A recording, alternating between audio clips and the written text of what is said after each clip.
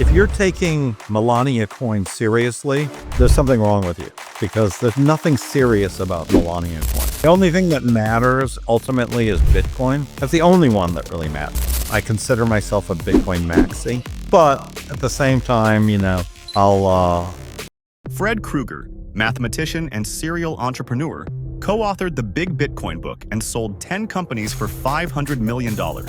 A former bond arbitrage trader, he's now well known for his spicy takes on Bitcoin and crypto. When you really get Bitcoin, right? When you really get Bitcoin, it is like a switch in your brain that flips. And, we're still a very small number of people who do. But I think that once it clicks, it never unclicks. So to me, having no Bitcoin is absolutely insane. This is the best asset class in the history of all asset classes. So why would you not be involved with that? Like, you call yourself an investor and you're not in the best asset class in the history of all asset classes, something's wrong with you, right? Well, you see a doctor, You need to get double-digit exposure to Bitcoin. That's what I think. Yo guys, welcome back to Less Noise More Signal. Today with Fred Krueger, I think that's her name, right? That's it. Nice. It's a German name originally, isn't that? Or Austrian originally, but yes. yes, okay. Yeah, I recognize that being from Switzerland, but Austrian, yeah, is also nice. So cool to have you on the show. Obviously you've been quite vocal on Twitter as of a few months or a couple of years, I think. I haven't seen you floating around for too many years. I think you were probably in Bitcoin 1 year. Okay. But Yeah. You've been in Bitcoin longer than 1 year, but just recently decided to become vocal, or what's the change there? So I've been here for 6 years, but yeah. Okay, cool. Yeah, no, it's always nice. That's the cool thing about X and like Twitter as it used to be called. Like every now and there's like new people popping up which are sharing around some interesting things, and then you get to follow new interesting people. So it's obviously nice to have you as well. So yeah, what did you do prior to being sort of X influencer, and also how did you get to Bitcoin after all? Yeah, so listen, I started as a bond trader in Wall Street. So I did that for 6 years and kind of in arbitrage bond trading. And then later spent 20 years starting and selling companies. So I've sold 10 companies for about a total of $500 million. So I've been pretty serial as an entrepreneur. And I discovered Bitcoin. Well, I discovered it in 2013. That's when I first bought some, but I didn't take it seriously until 2019. Literally was at a sort of a little get together with Tom Lee from Fundstrat in Bermuda, and hung out with him for 2 or 3 days, and about 30, 40 people. And he kind of convinced me, his argument convinced me. So I kind of got back after that and I said, I got to take this thing more seriously. So I decided to start allocating some serious money to it. It was a pretty good time because Bitcoin was trading at $5,000. So, while I wasn't early, when I did get the conviction, I got it with a sufficient percentage of my net worth that now my net worth is closer to 80% Bitcoin. So, Yeah. that's kind of how it is. And, I think I got big on Twitter because I saw the ETF coming and I was one of the first people to really sort of say, this is probably going to be a very big deal. And, after that, I was sort of like, yeah, the ETF was approved and it looked like it was going well. And I sort of said, well, okay, I'm done. I don't really need to be on Twitter here anymore. And everybody was like, no, come on back. And so I stuck around just because I thought it was fun. And I kind of like the feedback. And I like meeting people, such as yourself, that I may not meet otherwise, And so I love the access that having a large Twitter following gets you. So, you meet all kinds of interesting people online. And so, and I've organized this real conference of Bitcoiners in Los Angeles, and we just had some amazing people at that conference. So I Mm. think I really understand the Bitcoin maxi sort of community, the philosophy of it. And, and with my partner, Ben Sigmund, also a Bitcoiner, we wrote a book on Bitcoin called the Big Bitcoin Book. And that ended up becoming uh, a bestseller, right? So Mm. we've sold almost $500,000 worth of that book. So, so, Nice. we've actually made quite a bit of money on that book, which is sort of a coffee table book on Bitcoin. So anyways, that's sort of my history. And, yeah, I'm sort of interested in all things Bitcoin right now.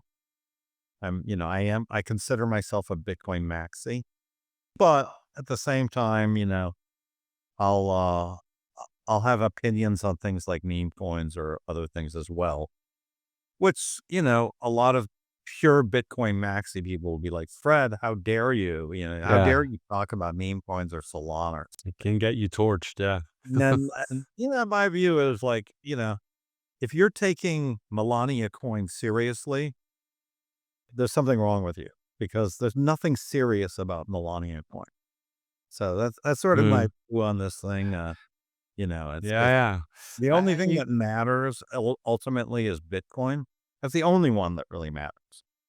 Um, Yeah. and and Yeah, I mean, you had this really interesting analogy in one of your recent videos where you said like you view meme coin trading sort of as like horse betting, right? Sort of like it's yeah, a maybe game. you can It's a elaborate game. there I real mean, quick. Yeah. look, this is a game. It's in like a horse betting thing.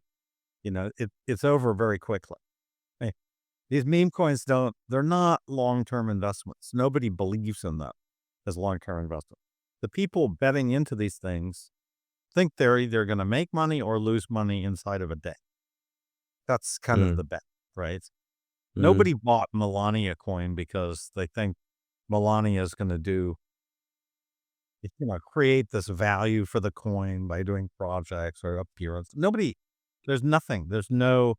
These coins are literally pointless, right? And Mm. so, the people who are engaging and sort of think, okay, well, maybe I'll buy it and I'll sell it to somebody else who thinks it has some value at some point. Uh, and, uh, and that's it, and I think most of the buyers of these things fully appreciate that they're going to go back to zero. On the other hand, a few of them, might end up becoming the next, Dogecoin or Shiba Inu. And these are worth billions of dollars, right? So you never know. It's a lottery. 99.9% of the time, they will go to zero permanently. And, you're just buying and trading these lottery tickets like horse races. So that's kind of what I say. Now, do these things belong in any kind of long-term investment portfolio? Uh, I mean, you can answer that question for yourself, but Yeah. in my view, they do not, right? It's just No. sort of an absurdity of, kind of where we are in the system that we're Yeah. even discussing this. I mean, I don't understand why anybody'd be sort of very interested in Melania coin, period. I'll just pick that one as sort of an example because it's in the news. Who cares? I don't care about Melania. Doesn't matter. Mm. No, no, that's for sure. Yeah, that's well said. I mean, I do work at a bank as well, as an investment manager focusing on digital assets. And obviously we have this discussion all the time with people, they come and they sort of like, okay, Bitcoin, but I want to do stuff beyond Bitcoin. And then you really have to tell them, yeah, it's probably best to don't hold any of these coins for the long term besides Bitcoin, just because like, I feel like crypto or blockchain has these two use cases. One is like Bitcoin as a savings technology, which is sort of poised to go up forever. And then on the other hand, you have like these meme coins and probably these tech alts and every other like sort of token, which is maybe bound to go down to zero, at least in Bitcoin terms forever, and I then, don't quite agree with that, and I'll tell you yeah. why. Okay, so The way I see it is this is I think the argument for Bitcoin as a store of value is great, right? Because, you know,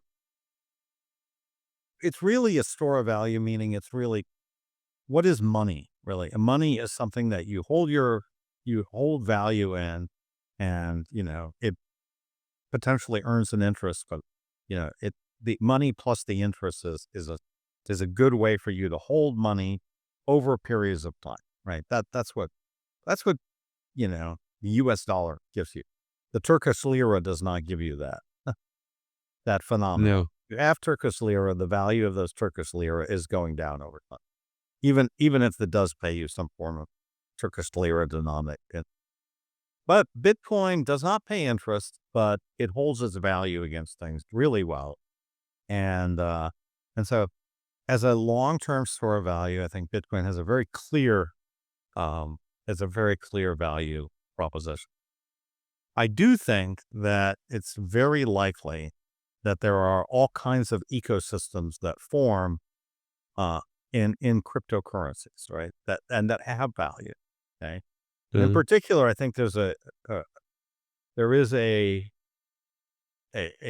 battle to be won for layer ones, right? And what I mean by that is, at some point, if you believe that we are headed toward a world of a lot of tokens, a lot of tokenization, right? And people transmitting value on using tokens, then how these tokens have to live in some kind of layer, right? You do not get stable coins in particular without the stable coins running on something. Okay. Your stable coin can run on Ethereum, it could run on Tron, or it could run on Solana. But I think it's pretty clear to me that stable coins are going to grow exponentially from here, right? Exponentially. That means layer ones are going to grow in value. There will be some layer one that becomes very predominant. And I do think tokenization is going to be a thing. Now, the question is, who's going to win that bet? And how does that bet do relative to Bitcoin, right? So I would sort of say the safe bet is just to bet on Bitcoin. But I do think that the layer one, who's going to win layer one? I think it's also an interesting potential bet. And I would say who I think will win right now, despite the latest meme coin problem, I think it's going to be Solana. Okay. And why do I say that? Because in part, the reason that Solana got torched for these meme coins, right, is because it beat out every other platform for launching meme coins, right? It is the easiest, the best used, the fastest, the most fluid. It has the best wallets. It has the best dexes, all the rest, right? So because it's a good system for moving coins around, it was used by these meme coins and potentially something that, left a lot of people with egg on their face.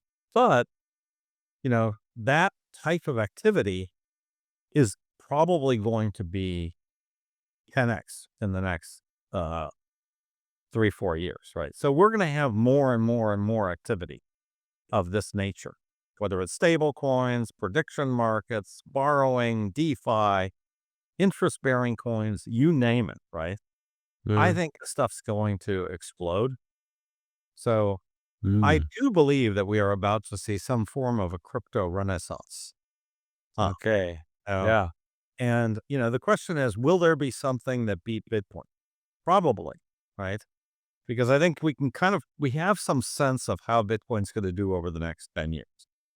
And, if you look at various models, statistical models of Bitcoin, like the power law in particular, right? You see that Bitcoin is sort of likely to 10x over the next 10 years, roughly.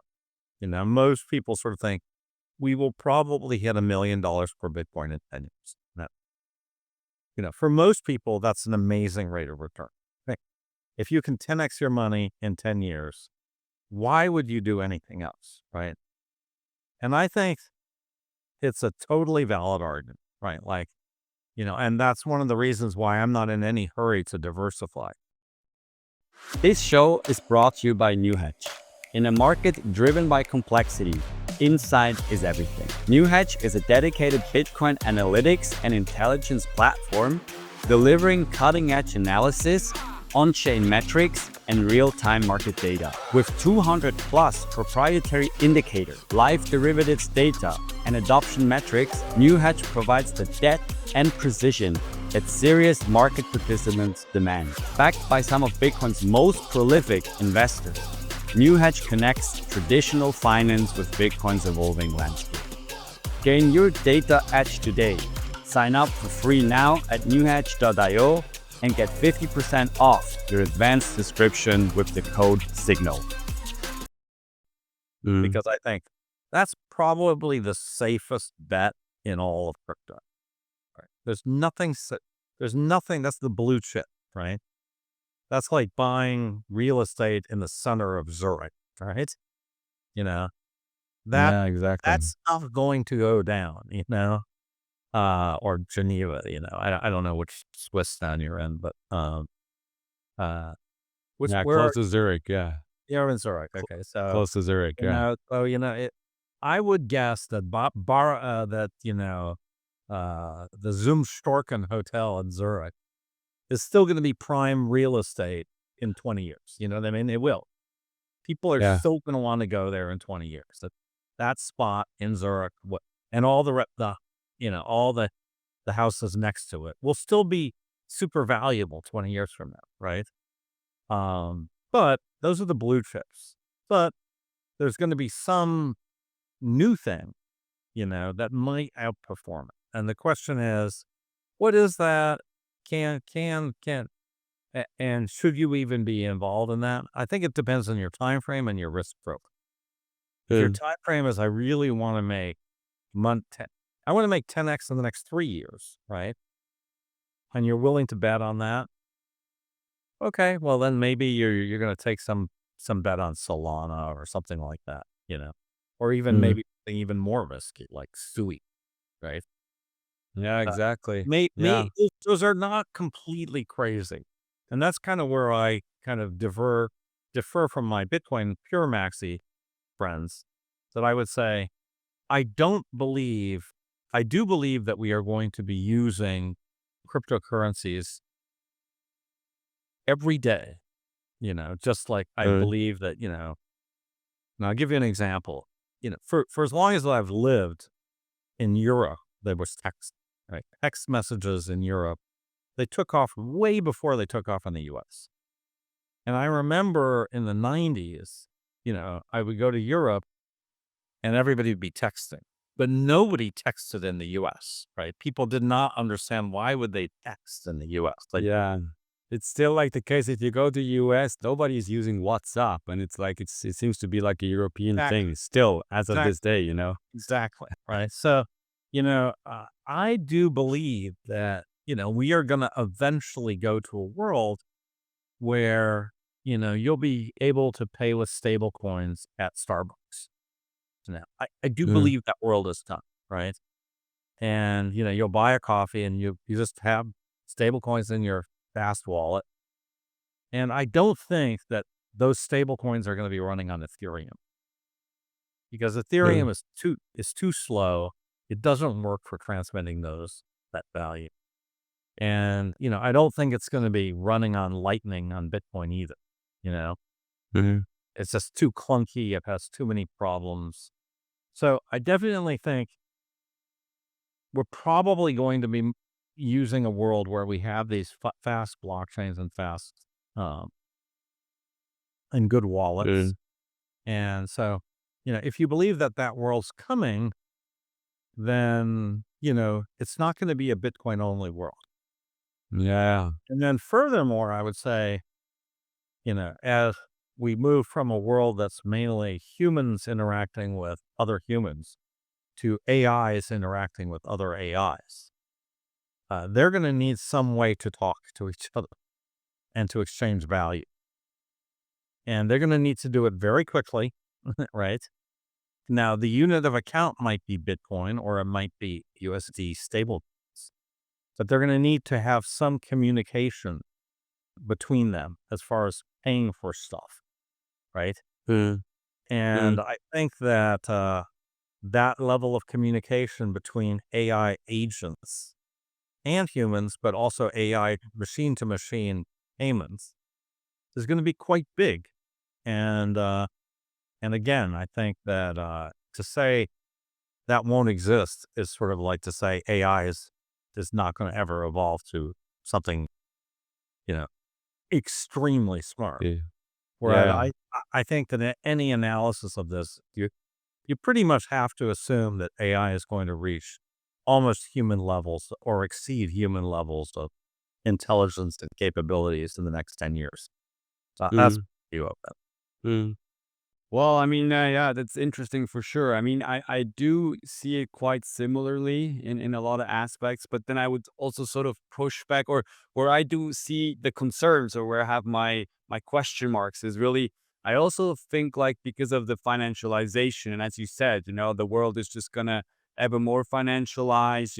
It's gonna tokenize. Everything is gonna be tokenized, and so we do need these rails. But I'm just asking myself, like, the blockchains in the end might be useful, but I'm not sure about their token, like the Sol token, for example, because, like, what I'm hearing from other people who might even be smarter than me when it comes to these topics, they're telling me in the end, as you said yourself, the stable coins, they will get ever popular, and there's no, like, sort of technical reasons why we couldn't be using stable coins to pay miners of a Solana blockchain. You don't need the Solana token for this. You And do. maybe at some point, Well, you so, you you you actually do. And the reason why you do is that if you're using first of all, if everybody's on Solana, okay, mm, people are using the Solana blockchain for everything, right?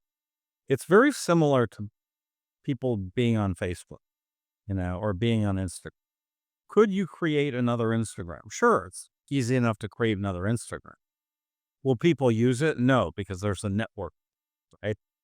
You mm, know, people have tried to clone Twitter and Facebook and Instagram infinitely, right?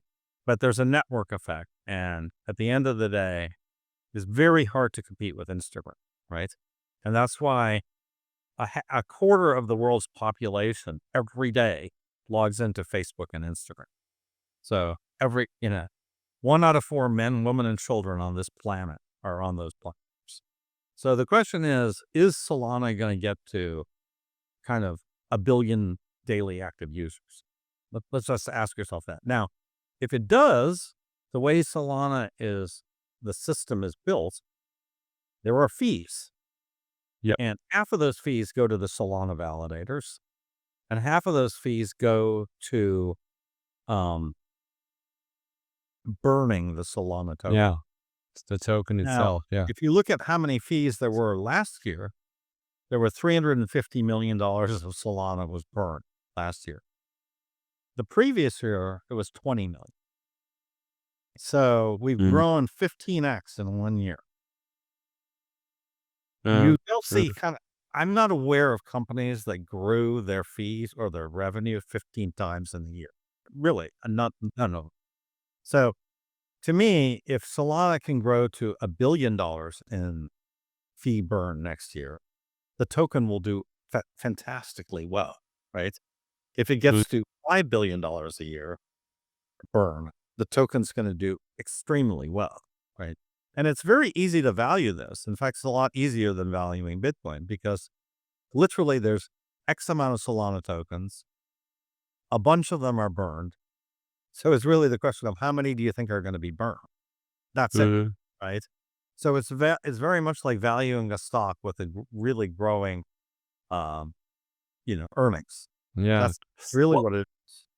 yeah, no, I see your points. As far as I'm informed, I mean, there's still, like, the network inflation as well, that you have to kind of factor in. There is a burn effect through the fees that are happening. Yeah, so That there's a network obviously, inflation, especially we're still seeing the last tail end of this because of mm, sort of, unlocks that are happening, right?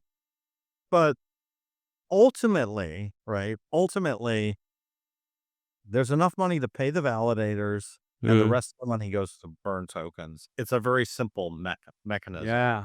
So No, it I no, it does. Is well, it going to be? You know, you could. I I remember I started a social media company in between MySpace and Facebook, right? mm, Which ended up selling to Viacom for about $50 million. Okay, mm, and I got to tell you, it was not clear. And Viacom had considered buying Facebook. They made an offer to Facebook for $1 billion. Okay, mm, Facebook turned them down, but they were in discussions, right? They bought my company instead. Okay, and the reason is they wanted a deal. They thought they could get they could do anything that Facebook did themselves. They had MPVs. They figured we're smarter. We've got the brand.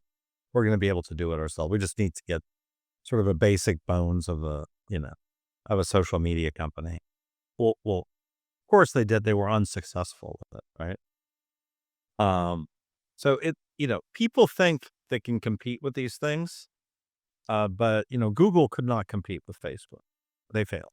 So, the history of technology is full of people who thought, "Oh, this upstart, no problem, I'll compete with it." And it doesn't work out that way. There are mm, network effects that happen, and it becomes impossible to compete. Nobody's ever competed with eBay. The second largest, the second largest, the second largest search engine. I don't even know what it is. mm, What is it? mm. Yeah, who's the Amazon's competitor? Hold on one second. Yeah, maybe Yahoo Hold on, is, but I don't know. Yeah, I don't even know myself. Yeah. hold on one second. The second largest search engine. Who is it? I don't know. I think Bing. I don't even. I Yeah. don't know. DuckDuckGo. It's so Yahoo, small. DuckDuckGo. Yeah. Yeah, I just who have no idea who it is. Right. So the Yeah. question is, these things tend to become. Now, who's WhatsApp's biggest competitor? Probably Signal, right? Yeah. I Or don't. Telegram So or whatever. so Yeah. much smaller, right? Mm. So these things tend to become just giant winner take all. Network effects dominate. And that tends to Yeah. be the case. So I don't see it being so different in the world of cryptocurrencies. I definitely Mm. think there will be a winner. Yeah. The question is, Well, who are the candidates for that winner?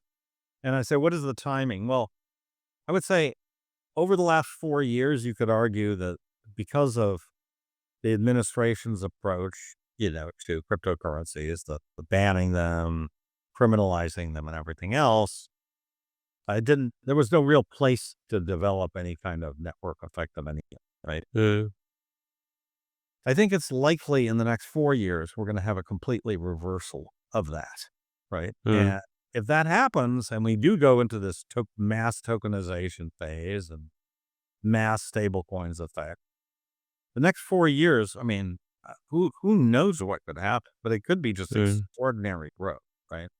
And I uh, think this is ultimately very good for Bitcoin uh, because what this means is that everybody is going to be 1 or 2 clicks away from buying Bitcoin, you know, and holding uh, Bitcoin.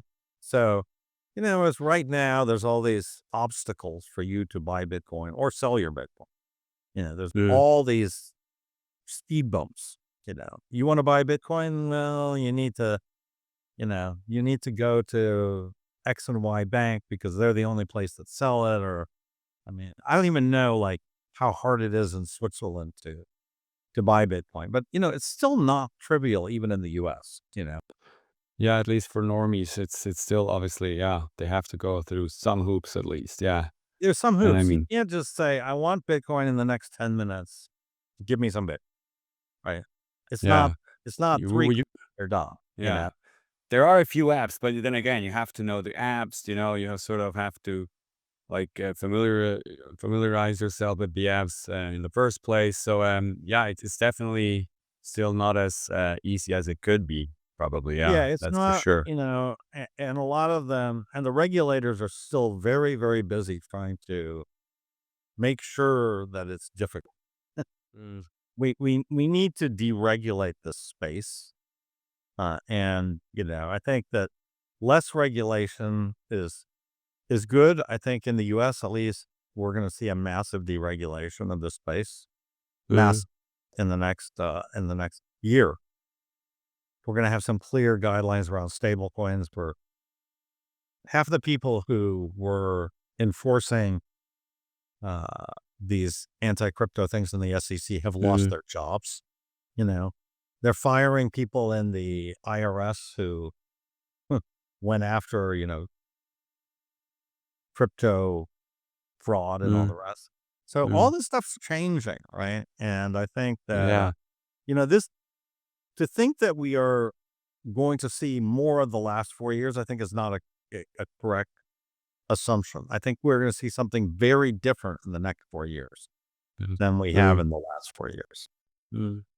Yeah, it definitely feels like a sea change is underway. And I feel like, as you said, stablecoins will surely be part of this because like the US and like all the people now surrounding Trump, they are quite bullish on stablecoins. But that, again, maybe just to finish up this discussion here on alternative blockchains and stuff, that's why, again, I was sort of thinking, well, as you said, Solana, yeah, the Sol token you need is for fee payment, but I don't see any reason why like the block producers and the people could just start accepting stablecoins, as fees. And people might even be willing to pay in stablecoins on a blockchain because it makes it more convenient. So, I mean, that's Well, sort of where I'm still struggling.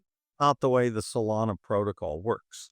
They Yeah, for sure. It that's just, if you're a validator on Solana, mm, you don't have an option to say I'm going to take something else. exactly. You You don't. don't. Yeah. Yeah, So exactly. you have some rules. The rules are set not by you. You can't change those rules.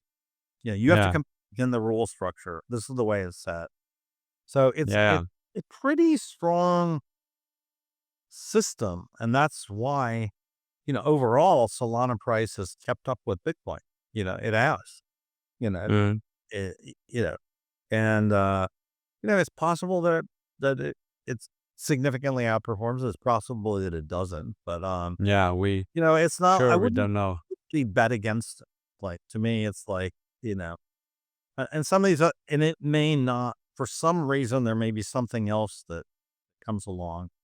But these battles, once you're sort of in the battle, it's probably going to be one of the people who's already in the battle, who's got some of this architecture of all the stuff that you need to have, wallets, Mm, dexes, apps, killer starter apps. And I would say mm, these meme coins are, then it may just be the beginning, the first thing that people were like, if you look at what did people use Twitter for? Well, initially they started using it to look at what Ashton Kutcher was saying, right? Or yeah. Charlie Sheen, like literally people were going, what is Charlie Sheen saying today? I need to go on Twitter for that. Right now, Mm, Ashton Kutcher and Charlie Sheen are kind of pretty much irrelevant as far as Twitter, you know. Why did people used to go to Instagram? Well, they had these cute filters that could give you the 70s effect on you know, on your photographs. And people would share those pictures of themselves with the kind of retro effect.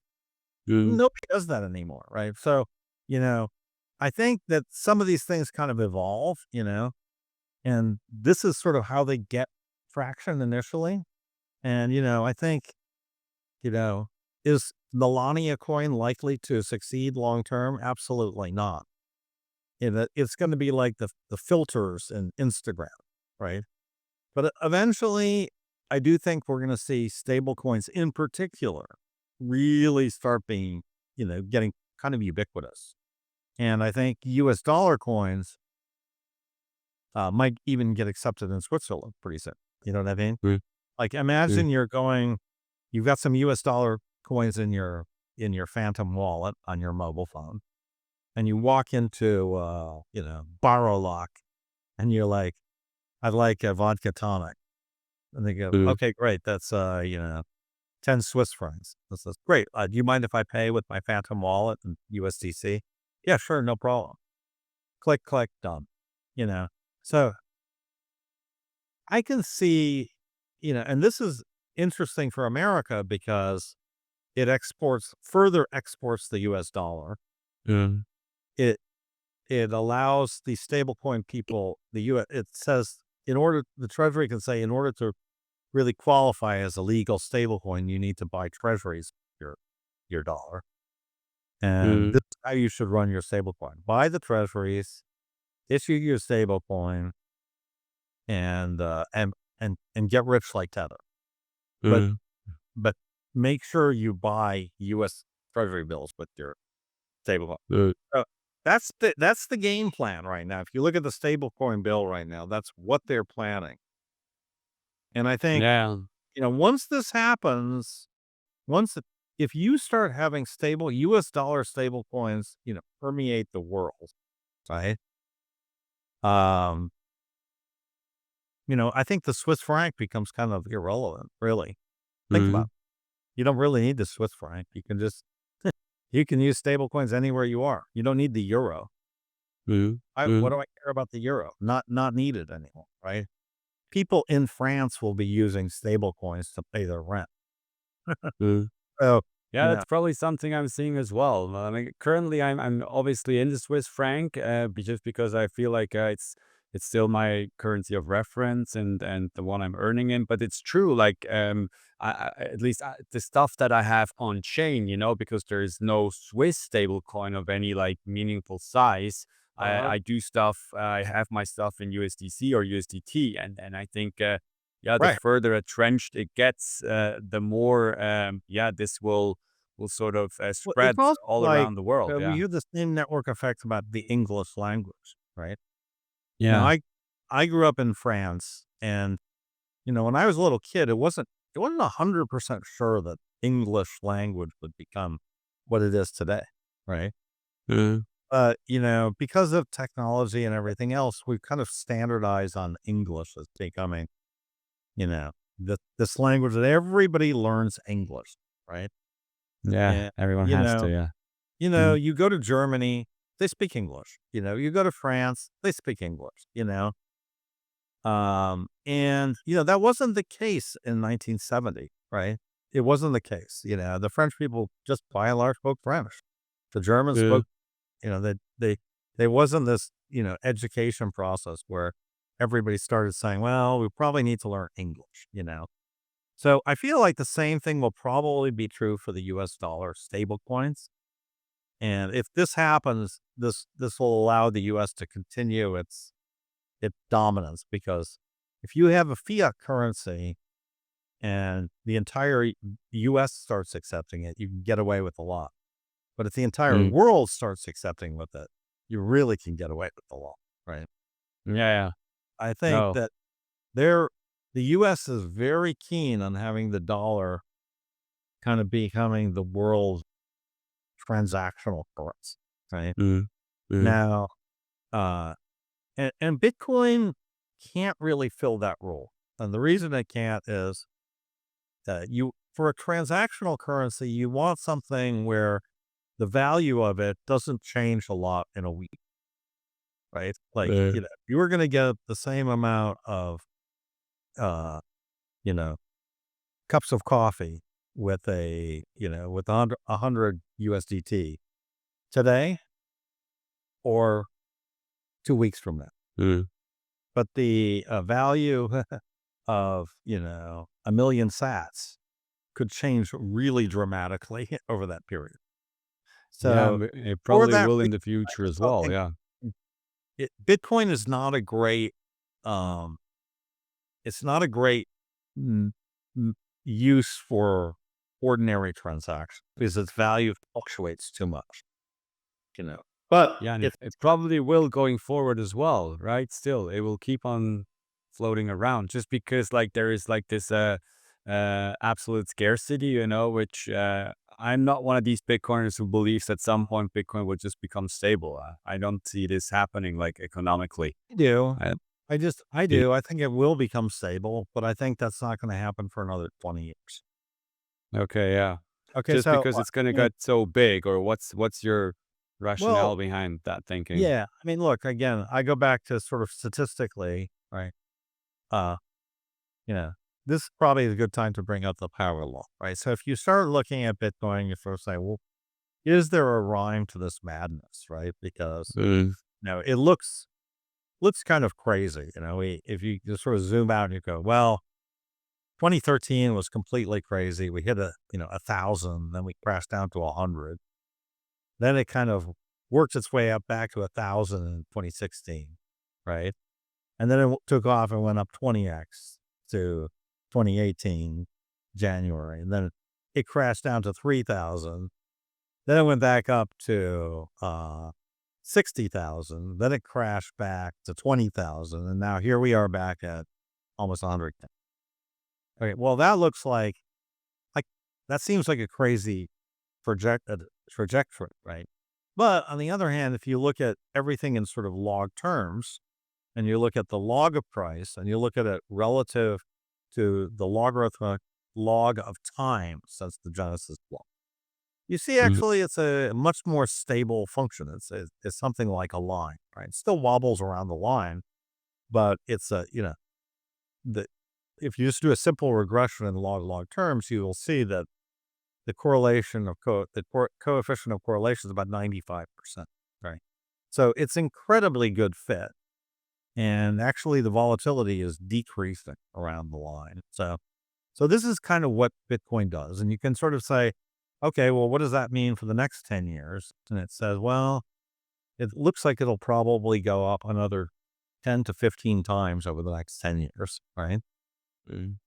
So, somewhere, if I had to say, where is it going to be in a year, in 10 years, I would say somewhere between 500,000 and 3 million, right? It's a big range, but it's not likely to be 100,000, right? It's likely to be more like 1 million, but with significant variation to it, right? So I think if you look at it 20 years out or 25 years, right, we're going to be something like Bitcoin 10 million, right? In sort of, uh, in nominal dollars, right? Well, if we get to Bitcoin 10 million, um, we're starting to approach the point where, well, certainly Bitcoin's bigger than any other currency, right? It's bigger than the M2 dollar amount. It's bigger than all the stocks in the world combined. It's bigger than all gold. So it's starting to become, a meaningful fraction of the entire wealth on this planet. And when you get to that kind of level, prices are not going to be denominated in dollars anymore. Prices are going to be denominated in Bitcoin. So we're going to get to the point where, the price of an apartment building in Zurich is going to be relatively stable in Bitcoin. Whereas right now, the price of an apartment unit in Zurich is very unstable day to In day. Bitcoin. So I think we're going to get there. I just feel like it's going to take about 20 years to really get there, because I think we're on this path to hyper Bitcoinization. It's a very long path, and we're just started. We're 16 years in to our path, and let's wait another 20 to 25 years, and I do believe we will see Bitcoin probably be used as the main currency at that point. Like there may still be the euro or the Swiss franc, but there also is a Queen of England, but she doesn't really have a lot of power right now, or the Yeah, king.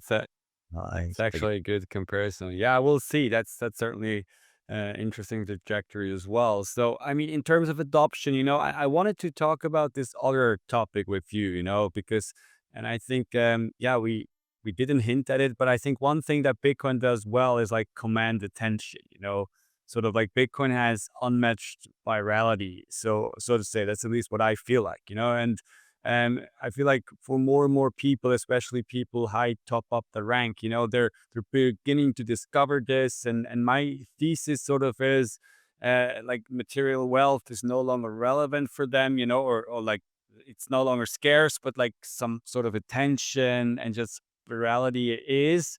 And that's why I think some of them have been like discovering Bitcoin as because it gives them this sort of unstoppable global movement, with a fanatical community, these cyber hornets that are ready to amplify every move that you make, And so I was sort of curious, what are your thoughts there? Because we've seen it with a few like billionaires, politicians, celebrities that sort of jumped on this Bitcoin wagon, and yeah. So do you have any thoughts there Yeah, as so my well? thought is this. It's sort of like when you really get Bitcoin, right? When you really get big, it is like a switch in your brain that flips.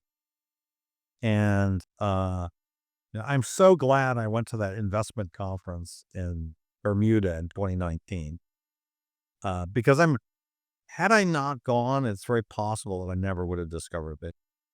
But Mm, somehow, something clicked inside, and I just got it.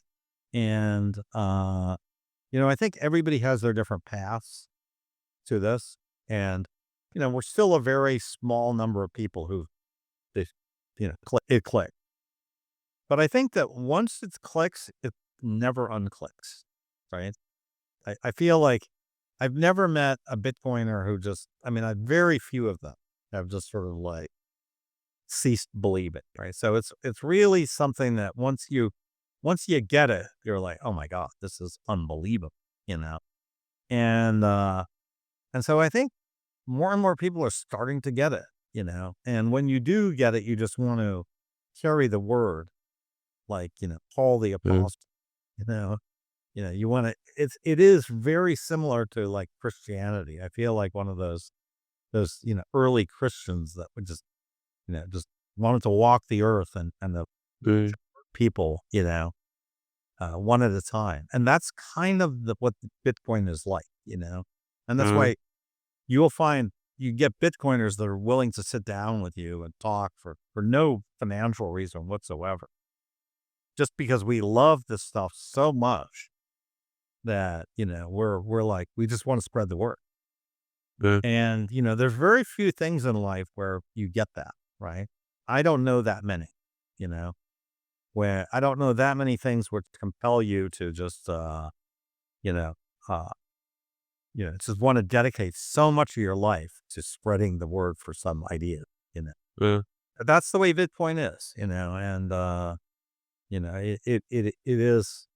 it is truly something that once you start getting it, you just it's like a love letter. You just engage yourself. You love Mm. it so much. You want to find out everything about it. And yeah, Yeah. that's at least on my journey.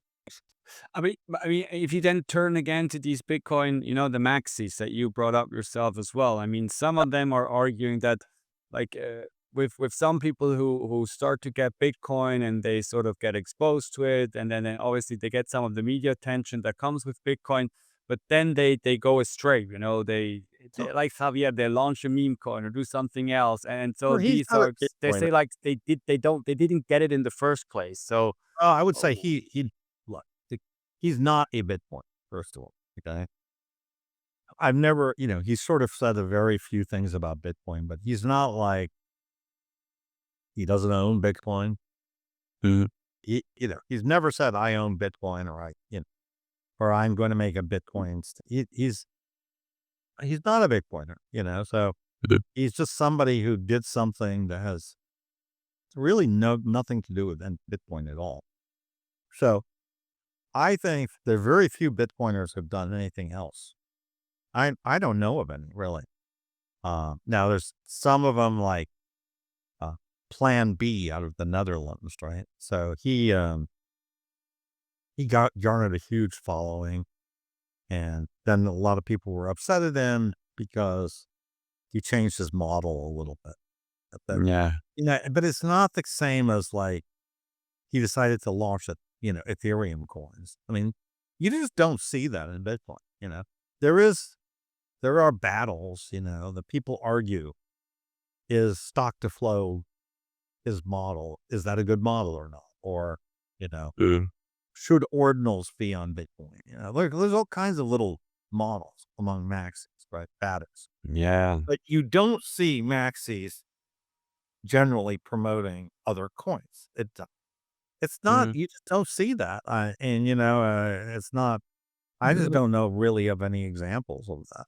No, it's actually true because like then again, Donald Trump, I mean, some people were saying he might be orange pill, but he's not a Bitcoiner. Yeah, No, he no, probably. listen, and I got to tell you, we're not, you know, the Trump is not a Bitcoin president. Trump's a crypto president, right? Mm, Way before launching Trump coin, he had these NFTs, and his wife had like 3 or 4 series of NFTs. So, he looks at this as, okay, well, I can make money for me, Trump, and I'll launch Trump coin or Trump NFTs or this or that, right? And his view is, look, it doesn't matter. It's kind of a collectible. It's no different from I launched a figurine that said Trump. mm, And I kind of agree with him. I think these things, you know, if people want to buy these things, fine, let them buy them. It doesn't matter. Um, we don't need all this regulation. So I'm a free markets kind of guy. I just feel yeah, like let let anybody do whatever they want, and it will sort itself out. The last thing we need is all this regulation. And I I'll go further and I say, I think if you listen to JD Vance's speech in Munich 3 days ago, I mm, kind of agree with him too. We don't need German police going into people's apartments and arresting people because they retweeted something on Twitter. Like, this is insane to me. mm, This level of sort of, the thought police, right? You know, so yeah, so I think the thought police, the crypto police, all these kind of things need these things need to get thrown away, right? Because we're not, thank goodness, we're not Soviet Russian yet. not So yet. Yeah, like, yeah. yeah, like Hopefully, we they never do get there. think Yeah, that Europe is going a little bit in that direction, right? yeah. We It definitely definitely have this seems like it. this Brussels insane level of bureaucracy, all this stuff, all these bureaucrats who just want to create laws, and people in London getting thrown into jail for tweeting and stuff like. Something's wrong with that system. So I think whatever you may say about Melania coin or Australia coin, not Australia, uh, Argentina coin, whatever it is, the the uh, the enforcement is worse, right? The fact that you have all these uh, these lawyers and class action lawsuits and all the rest, it's all bad. So Mm, we don't need 4 more years of SEC enforcement against these things and all the rest. That's just that that didn't help anybody. That didn't save anybody any money. That mm, did nothing, right? So I think we have to recognize that all that stuff didn't do anything. It didn't, and it prevented all kinds of innovation. That from happening. So I think we need to let the markets sort things out, and you know there'll be scams, but you know what? It's sort of like when you teach a child not to put their hand on the stove. The only way for them to really understand that is for them to put the hand on the stove, get burned, and then they realize they don't want to put their hand on the stove again. So, it's mm. like, that's Yeah, my view. yeah, I know for sure. But how do you think will Bitcoin like keep on influencing then politics and just like sort of also like the circle of billionaires and all these people who are sort of like way up the food chain? What influence will it Very have on them? right. So, that's why I'm incredibly bullish on Bitcoin. I think that, we're just at the very beginning of even people getting aware of what this thing is. And this is sort of a good metric to sort of think about it, right? Just in the US alone, there's, well over $100 trillion or let's say $200 trillion of uh, investable assets. I'm not even talking about real estate, right? But I'm saying M2 plus stocks plus bonds, right? Plus, yeah, Yeah. these kind of things, right? There's 200 Mm, trillion of it, right?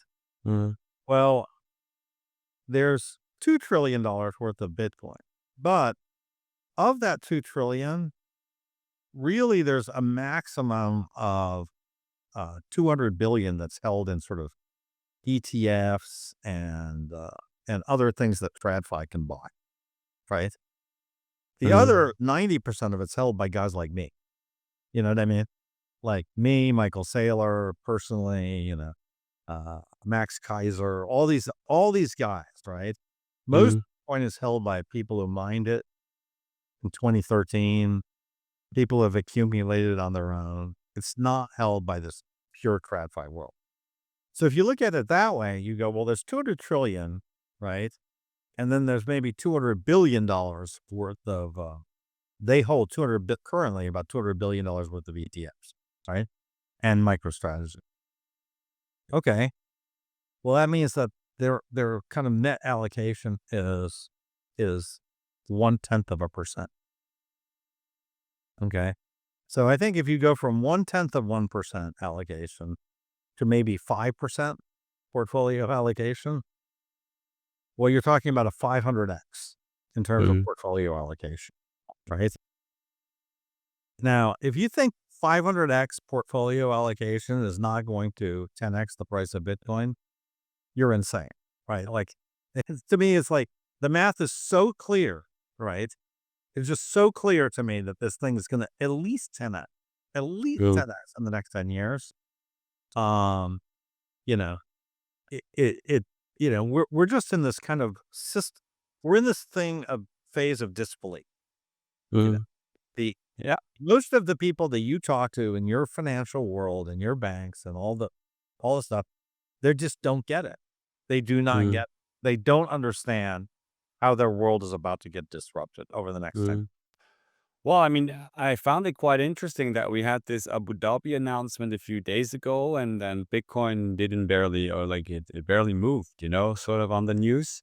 And Yeah. some people were then also like, why didn't it move? Because it sounded so bullish, Abu Dhabi, like one of the sovereign wealth funds, like they're obviously we knew it all along, but there was an announcement now, and Look, we had heard that Abu Dhabi had been buying for a year even, right? And no, they just confirmed. Now, this is a $1.7 trillion wealth fund. It's a $400 million investment. Okay. This is them not even putting their toe in the water. This is the toenail in the water. This is nothing, right, for them, right? Yeah. This is nothing, right? So I think even Abu Dhabi is, people are like, well, they're on board. I'd say no. They've just started to dabble a little bit. They said, we'll start experimenting, right? So I think, and my friend British Hoddle made an analogy. He said, it's sort of like if you were going to buy 5,000 shares of Ibit and you say, I'm going to start with 1 share. That's really the size of it, right? But your plan is to buy 5,000. You start with 1 just so you can see how volatile it is. Feel like the execution risk, the slippage. So these guys are barely in it. Everybody else is just sitting around. But listen, I think the risk return is so fantastic. And I think the risk return is better now than it has been ever. Yeah. I'm just wondering if we're still too early because there's also this US in the US states, with these bills that people have brought up and they put them in place. And then obviously there's a few states in the US now where these sort of Bitcoin bills, quote unquote, have been put in place. But I also heard that in some states like Wyoming, North Dakota, Mississippi, they have already been turned down, so it's sort of maybe it's still too early and we sort of are not there where we would like to be, in terms of it's not, orange pilling the people. No, it's not at all too early. I think we're going to have, a phenomenal year in Bitcoin. I think we're going to double or triple this year in Bitcoin. And, you can say again, look, I started getting on Bitcoin Twitter when it was 30,000. Here we are at 3x from there, right? And, and do I think we're going to triple again? in the next 18 months? I do. I think we will. And so, you can say, you can worry about whether you're too early, but like, I think the rational thing right now is to get, you need to have a really big allocation to Bitcoin. That's Mm, the rational thing. So to me, having no Bitcoin is absolutely insane. Like, mm, I don't, this is the best asset class in the history of all asset classes. So why would you not be involved with that? Like if you call yourself an investor and you're a not rational one, yeah. in the best asset class in the history of all asset classes, something's wrong with you, right? Well, you should see a doctor. But Yeah, it's sort of like, now the question is, if you have it, like what's an appropriate percentage for you? And I would say, I go again. This is the best asset class in the history of all asset classes. It has just amazing fundamentals.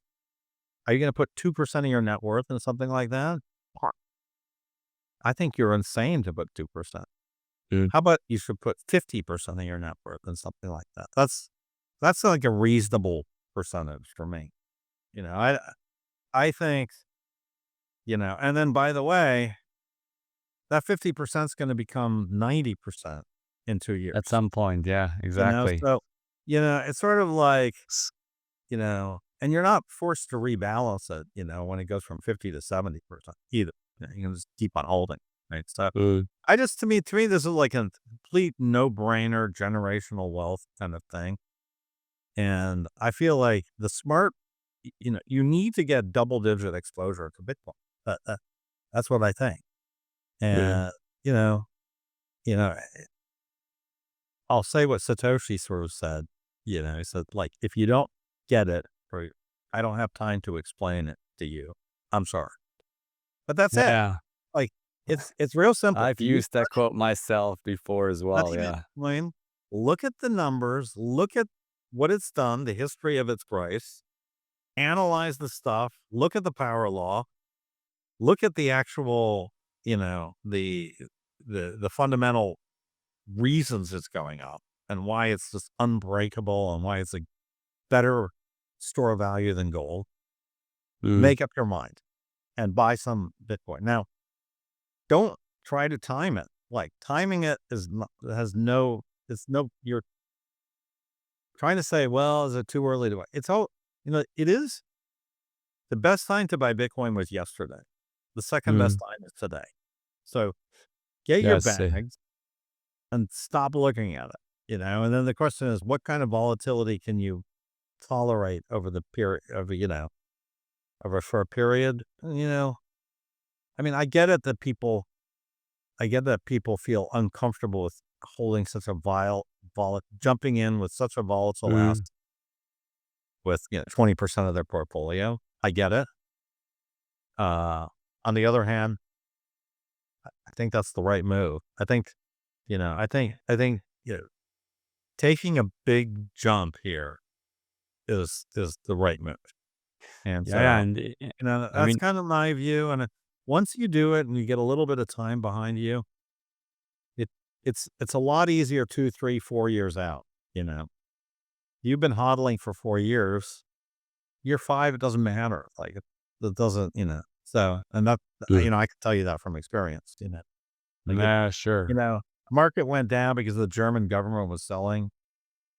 Was I panicked? Not at all. You know what I mean? Did I buy more? No, I don't need to buy more, but I just don't panic, you know?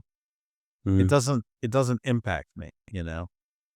Will I tweet and about like how I think the German government is stupid? Yeah, sure, I do. Because the German government is stupid, you know? So, hey, on a number of different fronts, right? But like that one it just is a peak stupidity. So I think that it's kind of amusing a little bit, as somebody who's been in Bitcoin for a while now, half a decade. It's sort of like I find a lot of this stuff kind of amusing. And am I worried about Melania coin? No. I think it's I think it's kind of stupid that anybody even ascribes any value to this thing at all. But mm, uh, I get it. So it's kind of a fun part of things. And do I think ordinals are going to destroy Bitcoin? No. Do I think they're kind of cool and fun? Yeah, I kind of do. I think, putting art on Bitcoin is kind of cool. Like if I could take that Ed Ruscha art and put it on Bitcoin, if Ed Ruscha was, making art on Bitcoin, I would probably buy it. Right. Like I'm a perfect person to buy that Ed Ruscha on Bitcoin. Yeah. Like Okay. I Yeah. would, That's because I love Ed Ruscha, I would buy his stuff on Bitcoin, mm, on Ethereum, probably a little less, um, but, but yeah, so, but do I take it seriously? No, I mean, mm, I'm not Larry Gagosian. I'm not, I don't care. I'm not an art trafficker, but I do think it's yeah. kind of cool, so I think, these things are not, I don't take any of this stuff too seriously. The only thing I take seriously is Bitcoin. So I think Yeah. Bitcoin's very serious. I think it's here to stay, and you know, Nice. Well, I guess that's probably a good note to end it on, like taking Bitcoin serious. Maybe just one last question. Thank you, Fred, for coming on. But like, any other high signal person that we should bring on the podcast, to yeah, I know discuss? several. So here's what I would tell you. Yeah. Okay. Um. Okay. So I would say, well, in Europe, Bram from Bitcoin for Millennials. You should absolutely talk to him. In the US, I would talk to, also from England, James Van Straten. Yeah. Fantastic. I've had him on the show already. Yeah, he's great. I would say Joe Burnett from Unchained Capital, another young guy. Mhm. Brill. Um, let's see. Yeah, I'd say start with those three. Cool. No, that's more than Now enough. those are some of the people that I get a kick out of retweeting. Oh, and then I would also get Plan C. The real Mm. Plan C, I would definitely get him. He's fantastic. Plan And C, then not Plan B. sort of, Yeah, great. Mhm. sort of the data model and everything else. Yeah. And also, another one I recommend is Cena. Yeah. Uh, so Yeah, he's Cena, been recommended to me as well yeah. So before. I think these are kind of, just look at the people that I kind of follow and tweet about and retweet. Mm, There's a lot sure. of good people. So I feel like the discussion is really good. But James Van Straten is amazing. So Yeah, he is. No, that's great. Well, cool. Fred, have a yeah. great Well, one. Thanks for I coming appreciate. online. Um, Yes. we'll catch you on the internet. Yeah, exactly. And see you around. Bye.